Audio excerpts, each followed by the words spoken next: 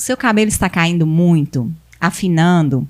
Hoje nós vamos conversar com a Simone Freire, farmacêutica da Sempervívio, e com o dermatologista Dr. Ricardo, sobre suplementos e vitaminas e ativos para deixar o seu cabelo mais bonito, forte e melhorar essa queda que tanto te incomoda. Oi, Simone. Oi, Ricardo. Oi, Renata. Então, conta pra gente o que a gente tem no mercado aí de melhor para diminuir essa queda capilar, que realmente é uma coisa que incomoda, né? Quando ela acontece, você tá no banheiro, arranca aquele cabelo, prega no azulejo, né? E dá um desespero. O que a gente pode fazer? A queda capilar, ela tem várias causas, né? Você pode ter a queda capilar por variação de hormônio, por seborreia, às vezes um pós-operatório.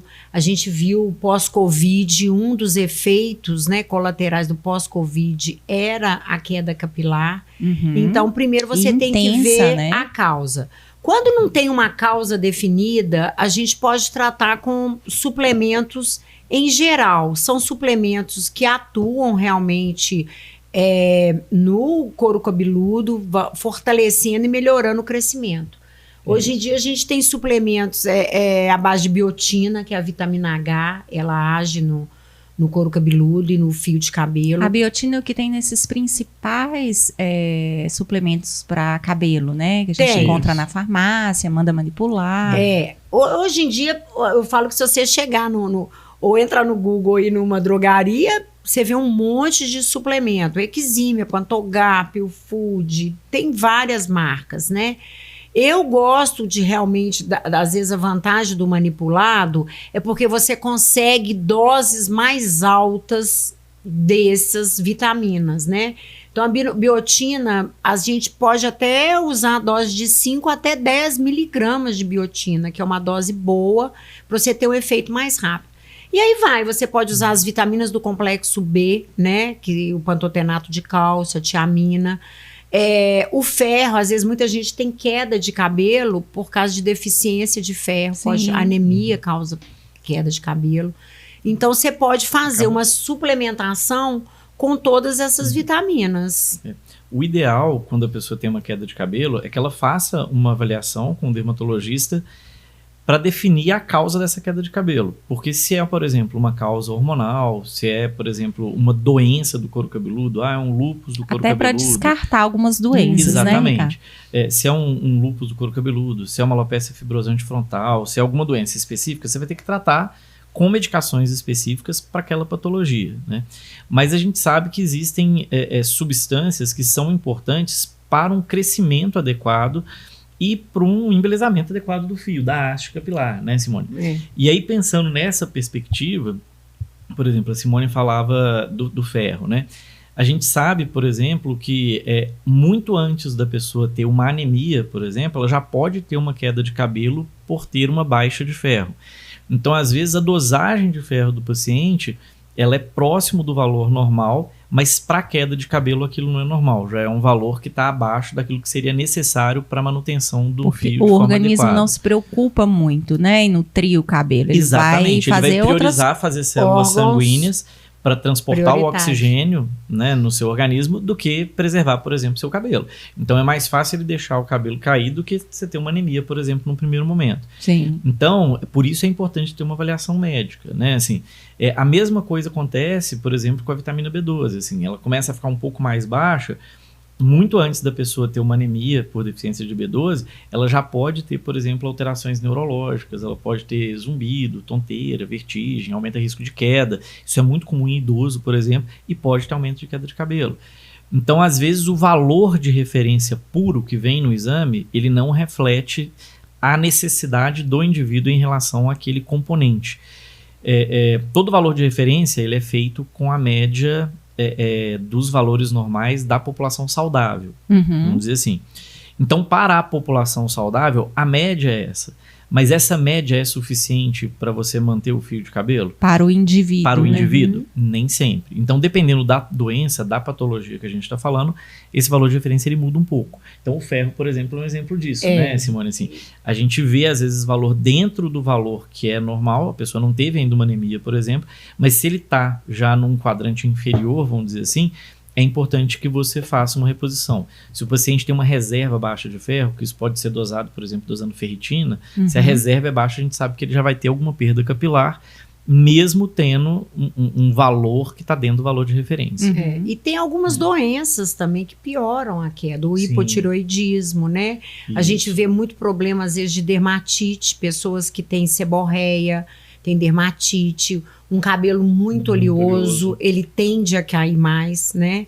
Então, agora, você tem todos esses tratamentos. As pessoas têm uma ilusão que para tratar o cabelo não pode lavar, tem que ficar mais tempo sem lavar. Isso já é uma crença, né? Não. E não é isso, né? É o contrário, né? É o Quanto contrário. mais oleoso é o couro cabeludo, mais tem que lavar. mais vai ter queda.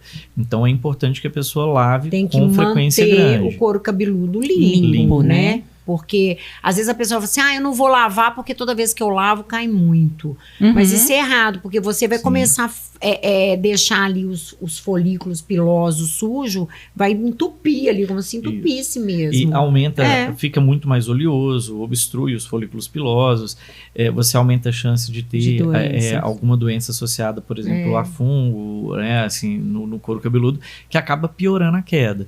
Então, o ideal é que a pessoa lave quase que todos os dias, com uma frequência maior. Mulher, pelo menos um dia sim, um dia não, né? Homem idealmente todos os dias comum mesmo. lavar mesmo o cabelo todo dia, mas mulher, quando eu falo, não, você está com queda, lava um dia sim, um dia não, para você manter o seu cabelo limpo. Isso é muito comum, as pessoas terem medo de, principalmente quando tá caindo, né? Ter medo de lavar o cabelo para não cair mais, né? E na verdade é o contrário. Necessário lavar. As pessoas têm que entender que o fio de cabelo, ele dura em média 5 anos. Então, de 5 em 5 anos, aquele fio vai cair e vai renovar. E nós temos 3 fases do fio de cabelo. Então, o que acontece, às vezes, por uma doença ou com a idade, né? Eu vejo que as mulheres vai ficando mais velhas, essa renovação é menor. Então, a fase de crescimento demora mais. Então, essa renovação. Então, o que eu falo para observar? Eu falei, gente, está caindo, mas observa se está nascendo fios novos. Isso é importante, porque se você vê que está nascendo fios novos, você está tendo essa renovação. Agora, uma dúvida que eu acho que os pacientes têm muito quando eles voltam de uma cirurgia, né? Às vezes até cirurgia plástica, não tão doente, e eles sentem essa queda capilar aumentada. Isso se deve a quê? Anestesia, né?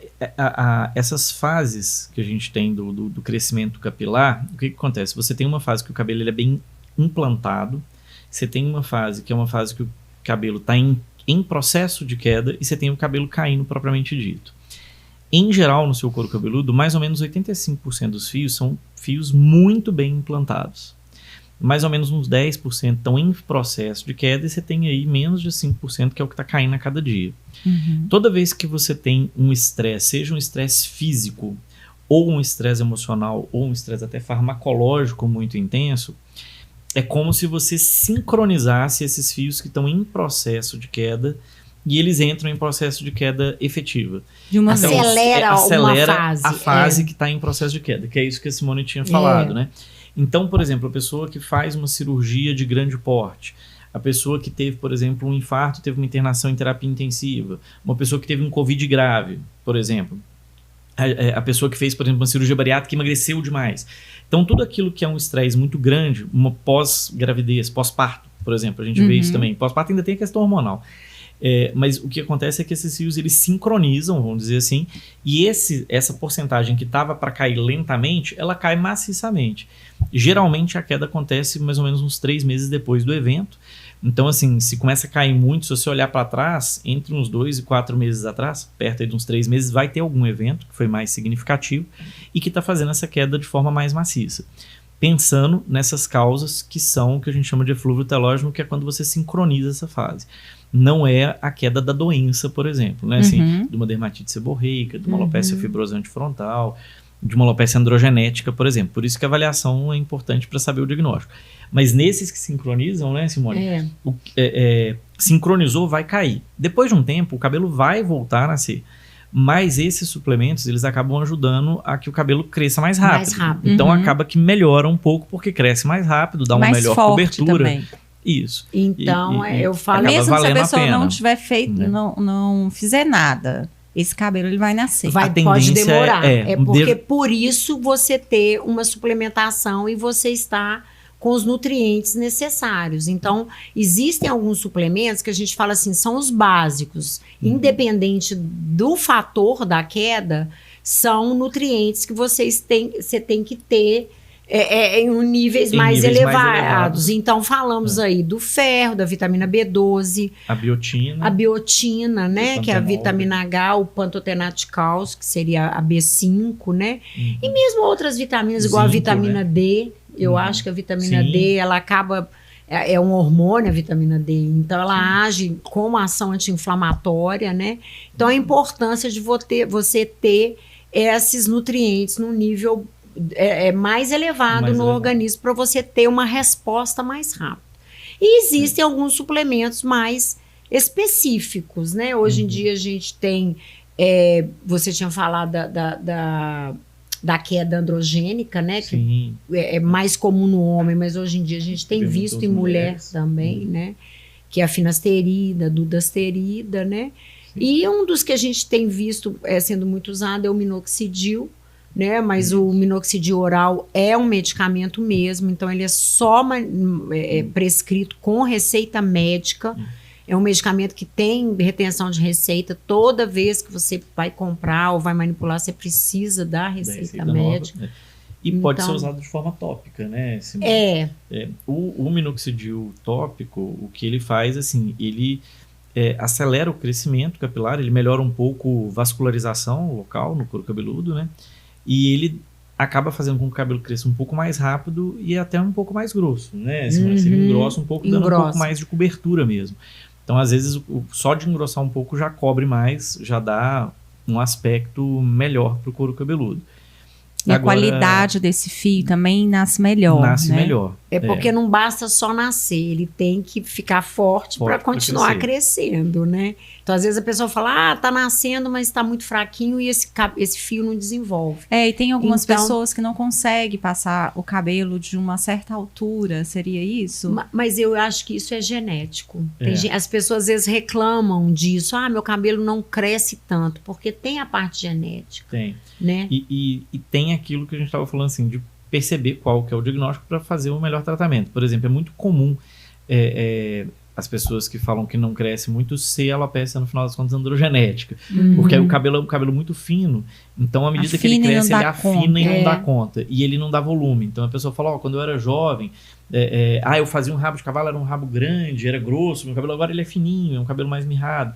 E aí acaba tendo medicações que são mais eficazes nesses casos, assim. Né? Mas a gente vê, principalmente mulher, hoje em dia eu tenho visto muita reclamação de mulher em relação a essa queda de cabelo e o cabelo afinando. Tem a ver também com os tratamentos, né, cosméticos que se faz, tintura, progressiva.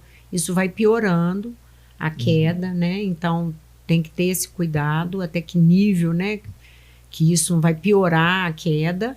E hoje em dia, além desses suplementos tópicos, eu não sei se você já ouviu falar do Keranat. O Keranat tem sido usado, ele é até uma planta, ele é usado em óleo e ele é interessante porque eles falam que é o seguinte, os nutrientes, quando você ingere, eles vão ser usados em órgãos prioritários. É igual você falou, o ferro vai ser usado onde você vai estar precisando mais, a própria biotina. E o Keranat, não, ele age direto no cabelo. Então, ele tem sido um suplemento bem bacana para não só melhorar a queda, mas para fortalecer esse crescimento.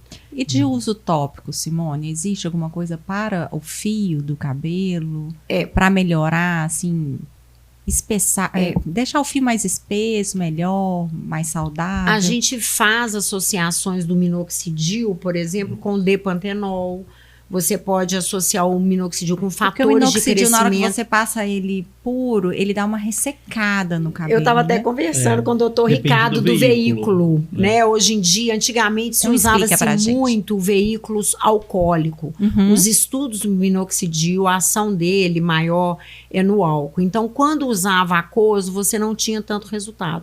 E hoje em dia existem recipientes que são veículos específicos e não são alcoólicos. A gente tem usado muito o tricossol, que é uma tecnologia nova, ele dissolve bem o minoxidil e não resseca tanto o cabelo. Principalmente mulher, né? Você vai passar o minoxidil. Essa é a principal queixa, né? Vai ressecando o cabelo. No começo, as formulações antigas, elas eram geralmente soluções alcoólicas. Que aí ressecavam muito. Existiam algumas formulações onde as pessoas associavam algumas substâncias, em especial o propilenoglicol, etilenglicol, que acabava aumentando a absorção dessas soluções também.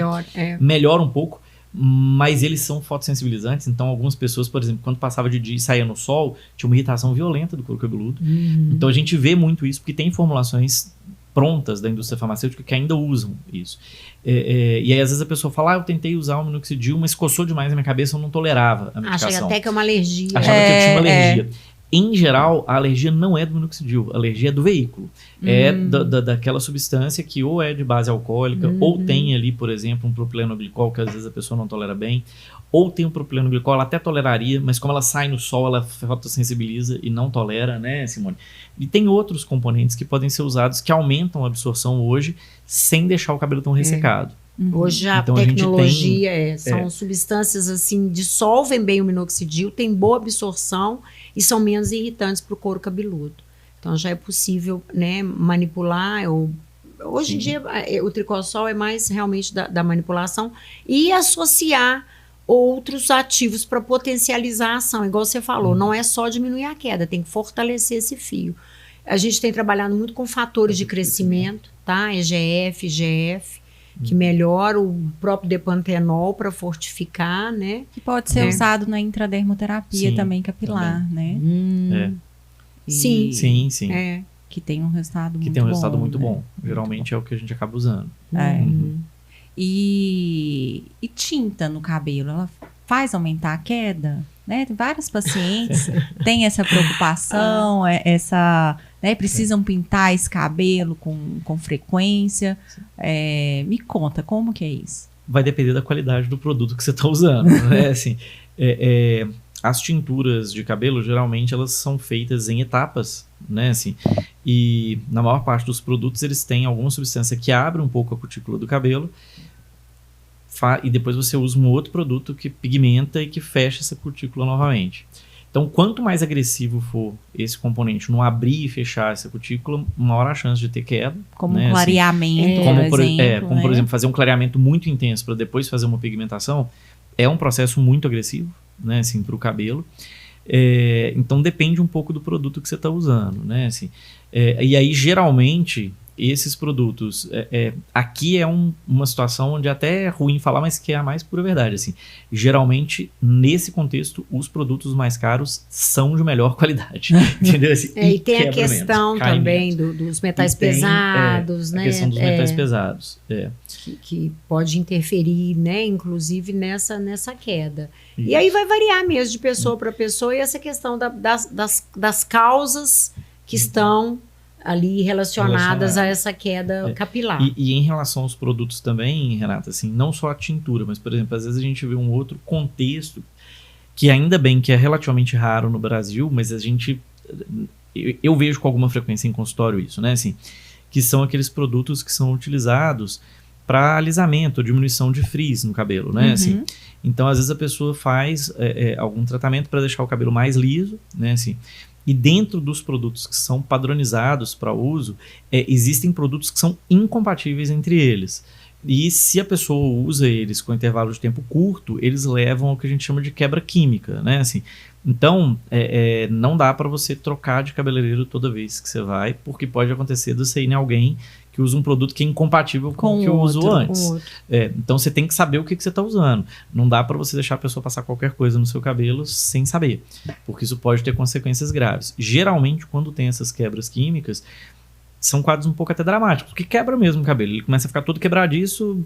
Não tem muito o que fazer. Tem que esperar mesmo um novo crescimento, fortalecer, né? Assim, e tratamento para cabelo demora, né? Não é uma coisa imediata, né? Não, tudo demora para cabelo. O resultado é igual eu falei, o organismo, se tiver bem nutrido, esses nutrientes vão direto para o cabelo, mas se não estiver, os nutrientes vão para órgãos prioritários. Isso. O organismo é tão inteligente que ele vai deixar o cabelo por último, porque ele vai falar que o cabelo não é prioridade. Mas e na verdade, e do ponto de vista estético, ele Pra é muito mulher, importante. principalmente para a mulher. Para o homem também, mas eu acho que a mulher ressente muito, né? Essa questão do cabelo. Chega a ser um problema, passa a ser até emocional, né? Uma quebra de cabelo, né? Por isso que é importante consultar um bom profissional, ir num bom profissional, não ficar trocando, né? E acreditar naquilo que o profissional propõe. Ó, não vamos clarear, não vamos alisar, espera, né? Para você ter um cabelo bonito e um cabelo saudável. Então, foi muito esclarecedor falar com vocês sobre queda capilar, suplementos, vitaminas. Eu acho que, assim, a gente conseguiu entender bem como que funciona esse meio, né? Para ter um cabelo mais bonito. E eu gostaria de agradecer vocês, Simone, Ricardo, Obrigada, né? pelo convite. Por esse podcast que foi maravilhoso. Espero que vocês tenham gostado e a gente se encontra num próximo podcast.